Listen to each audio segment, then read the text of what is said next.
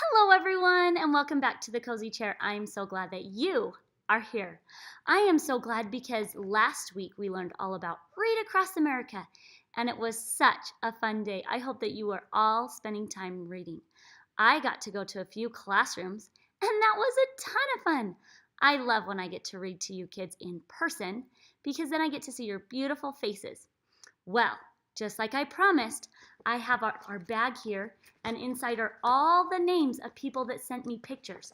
And I'm going to pull out the 5th place winner, 4th place, 3rd place, 2nd place, and last of all, I'll pull out the 1st place winner. And then after that, we're going to get on to our books for today. So don't go anywhere. Our 5th place winner is Chrissy Lynn. Now, Chrissy Lynn, I know that you have a whole classroom full of kids, so I'll be sure to change your package to stuff that we can give to a classroom. Okay, and 4th place winner is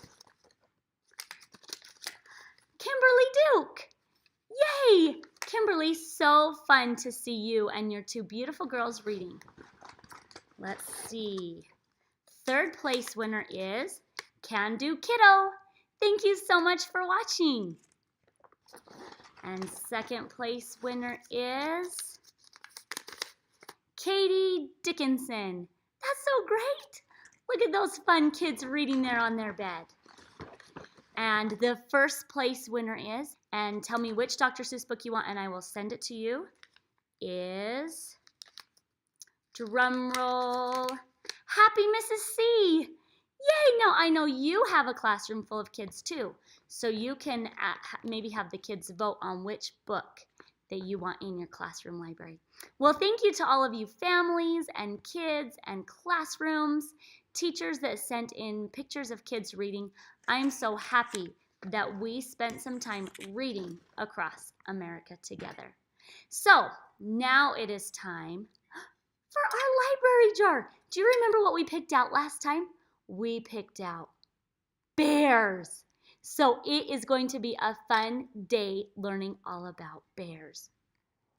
Okay, so let's see.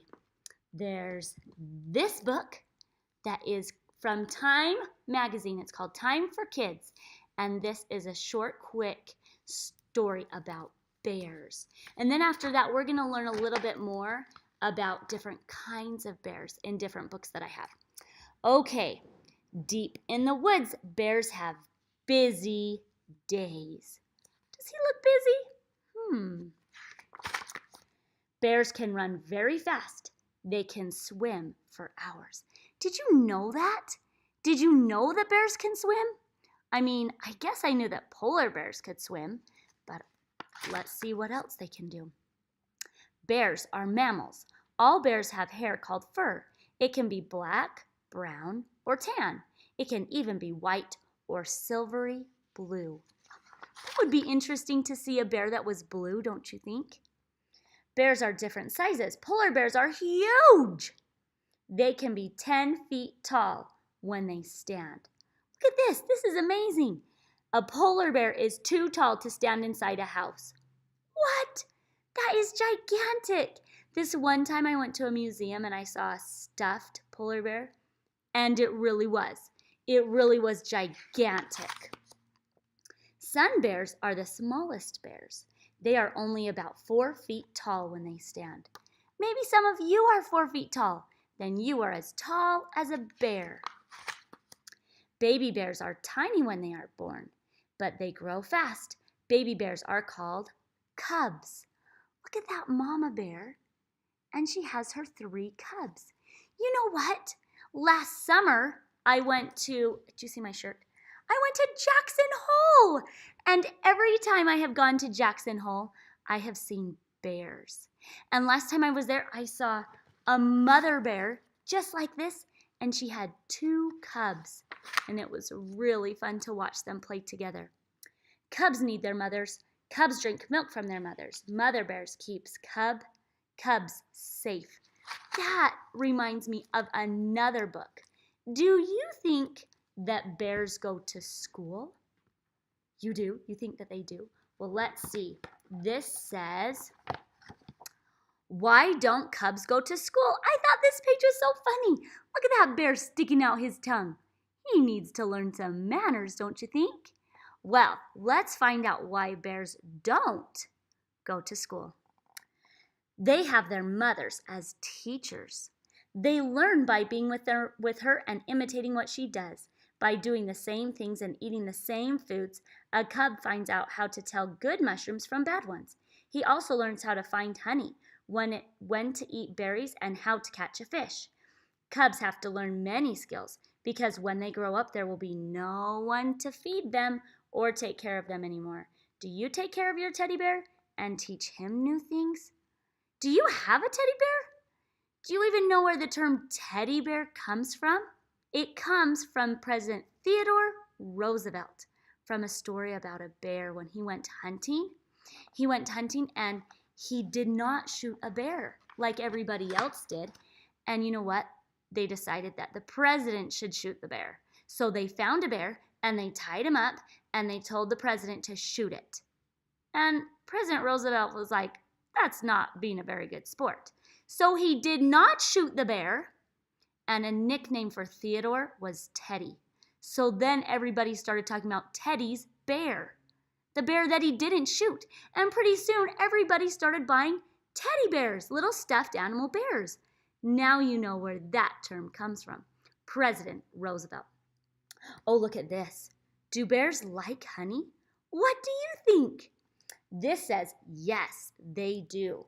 Most bears eat all kinds of food, but they prefer things that are sweet. And the sweetest things they can usually find is honey from bees' nests that hang from trees.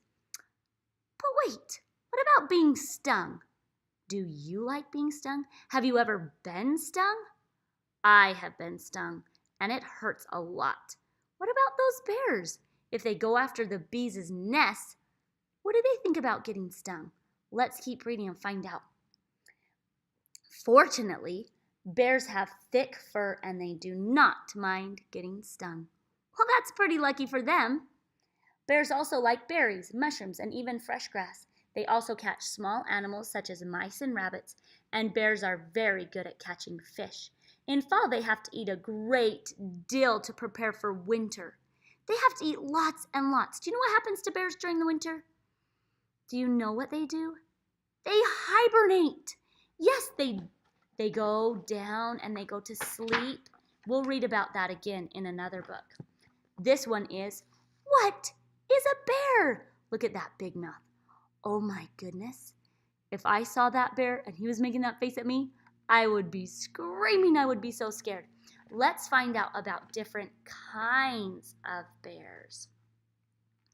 This says the bear family. Look at all these interesting bears. There are 8 different species or kinds of bears. Let's look at these different kinds, okay? Here's this one, the American black bear. And this one is the polar bear. This one is brown bears. The Kodiak lives in only Kodiak Island in Alaska. It would be so awesome to travel to Alaska and see the Kodiak bear.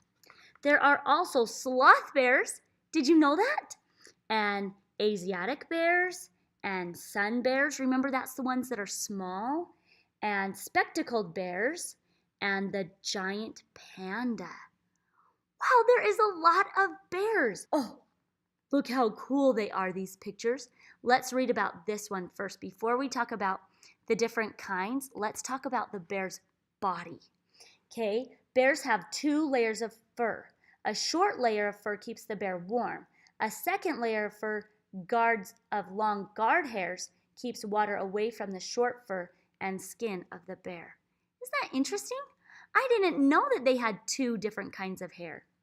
They also, let's see, are bow-legged. Do you know what it means to be bow-legged? It means that their feet point towards each other. Can you see in this picture? They don't point out, they point in. This position gives bears excellent grip and balance. A bear's sense of hearing and sight are poor. That means they don't see and hear very well. Instead, the bear relies on its excellent sense of smell to locate food and danger. I know that about bears because when I go camping, I do not take my food in my tent. That can be very dangerous because bears can smell food. They can even smell food inside the can. They'll know if it's a kind of can they want to open or they don't want to open. This is the winter sleep that we were talking about hibernating. Look at this. Inside this polar den, the tiny cubs play as their mother sleeps. She sleeps most of the time but wakes up to care for her cubs. The cubs nudge their mother when they want to eat. Isn't that interesting? Can you imagine eating a big, giant dinner, eating so much of it that you could sleep for a whole week? That's kind of like what bears do, but a lot longer than a week. They sleep when it's cold. So that's a little bit about bears. Now, one of my favorite kind of bears to learn about is the polar bear. I love this zoo book about polar bears. Now, I have seen lots of documentaries and stories about these bears that live on the ice. And they even swim. Look at that. Isn't that so cool? Let's see how far they can swim. Polar bears do not always travel over land or ice.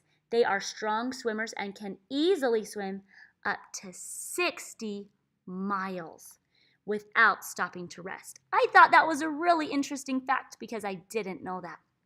In the summer, when the ice is melted, they act like their cousins, the brown bears, and they eat berries and other things like that. But do you want to know what I think is the most interesting thing about polar bears? Is how they stay warm. Can you imagine swimming in freezing ice cold water? It's because of this. It's called blubber. It is a very thick layer of fat that is on top of their muscles. See, their muscles are here, and then they have blubber, and then they have their fur. Now here is a tricky question. What color is a polar bear's skin? Did you say white? That's why it's so tricky. A polar bear's skin is black. Although a polar bear looks white, its skin is black and its hair has no color at all. Each hair is really a transparent hollow tube, like this. See, it's transparent and it's hollow, meaning it's empty. Some of the sunlight bounces off the hair and makes the bear look white. But most of the sun's rays pass through the hollow hairs and are trapped by the black skin to warm the bear with solar heating. Isn't that so awesome? So now they have the blubber, the fat that keeps them warm, and their skin is black. So when the sun hits their skin, it heats them up. I thought that was super interesting.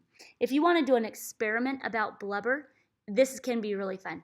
You take a Ziploc bag that's a quart size and you fill it up with Crisco, which is fat, right? And then you take another Ziploc and you tuck it inside of that so that if you were to put your hand in, then you don't get Crisco on your hand. You take your hand and you put it in freezing cold, ice cold water and you feel how cold it is. Then you take your hand out and then you put your other hand inside the Ziploc bag that has a bag and then the Crisco and another bag, and you put that into the water. And it won't feel very cold because your hand is covered with that fat to keep it warm. Isn't that interesting? Well, I hope that you give that a try. Well, today we have heard a lot about bears, but before this is over, I really want to tell you some of these bear bloopers. These are true stories that happen out in the wild. I think this book is so fun. I got this book when I went to the Great Smoky Mountains National Park. And when I read it, I was just laughing. I thought it was so fun. So I'm going to share 2 short, true stories about bears in the wild. This story is called Bear Hug, and it's by Joe Kelly. I was the ranger on duty driving a Park Service pickup truck on patrol through a popular picnic area one afternoon when I came across something that was so unbelievable. At first, I couldn't understand what I was seeing. It looked like a woman was slow dancing with a bear. A full-grown black bear was standing up on its hind legs and had one paw on each of the woman's shoulders. I thought I was going to lose my mind, and she was going to lose her life.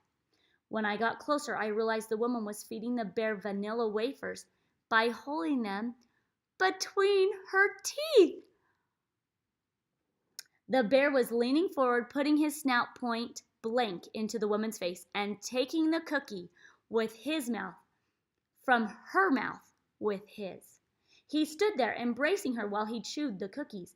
He had her literally in a bear hug.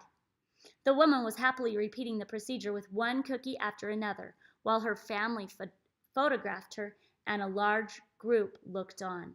Everybody was having a good time, except for me. All I could do was pray. I said, "Oh heaven, please don't let that woman run out of vanilla wafers." As carefully as I could, I eased my vehicle up closer to where the woman was standing. When the bear saw my green truck, he flinched. Obviously, this wasn't the first encounter with a ranger. The bear knew there was someone inside the truck who'd seen him doing something he wasn't supposed to be doing. Some of the tamer bears knew not only how to recognize a Park Service vehicle, but also a ranger uniform, or even particular rangers. The bear shoved himself back away from the lady, accidentally knocking her down. Then he ran off into the woods. Thank heavens it's rare for our black bears to hurt anyone. The most common injury tourists get from a bear encounter in the Smokies is what they do to themselves and each other while running away. People get hurt in their panic stampede to escape, twisting ankles, slamming into trees, tearing through briars, and running into each other. These situations can seem sort of comical, but it can also go terribly wrong in an instant. Some people don't understand that these animals are wild. Others don't understand what wild means. Isn't that such a silly story about feeding a bear? What was she thinking? I think she was pretty crazy. And this is the last story I'm going to tell you today. And it is so silly. It's called A Ticklish Situation. Bears' noses are some of the most sensitive on earth. They can sniff out food across great distances. One of their favorite smells is of frying meat, especially bacon. One summer, a family from Indiana was visiting the park and staying at the Cosby campground. The mother of the family, Mary, was an excellent cook. She and her husband, George, got along really well and had a habit of tickling each other. One morning, Mary was up early, cooking up a nice big breakfast for her family. She was bent over an outdoor fire frying, you guessed it, bacon. A bear smelled the food and waddled up behind her as she worked. The bear got so carried away by the smell of bacon cooking in that delicious grease, he couldn't help himself. He gave Mary a nudge to move her out of the way. That was his way of asking for the skillet. Mary kept her eyes on the sizzling bacon and didn't bother turning around. She said in a playful way, "Oh, George, quit that." The bear waited a moment and then gave her another budge. Still not turning around, she said, "George, I mean it. Quit that. I'm trying to cook." The third time the bear nudged her, Mary lost her patience and swatted the air behind her. She didn't hit anything because she wasn't looking where she was slapping. Instead, she was turning the bacon as it browned. The bear was even more annoyed than Mary. He slapped back at her, and he had the benefit of being able to see what he was doing, so he made contact, swatting at her bum. This was too much. Mary had enough. She spun around to give her husband a piece of her mind, but it was immediately obvious that it wasn't George getting frisky with her. It was a full-grown wild black bear. She let out a blood-curdling scream, dropped her spatula, and ran off, which was just what the bear had been hoping for. He instantly went for the bacon. Mary's scream brought George awake, and he scrambled out of the tent to find a bear gobbling up what was supposed to have been the family's breakfast. Being a good husband, he chased the bear away and saved what remained of the family bacon. Then he went looking for his wife. What do you think about those silly stories? There's a lot more in here and some funny jokes too. So if you ever get a chance to go to the Tetons, Jackson Hole, or the Great Smokies, or anywhere else that there are bears, look for these great bear blooper books. They are so fun to read. Well, I hope that you all had a great time listening all about bears today. And when you come back next time, I'm not going to pick out of the library jar today because next week is a holiday. It is St. Patrick's Day. And I love St. Patrick's Day. Come back next week because we are going to read some fun stories for St. Patrick's Day. Thanks for coming, and make sure to hit subscribe down below and big thumbs up if you like these videos. See you next time. Bye-bye.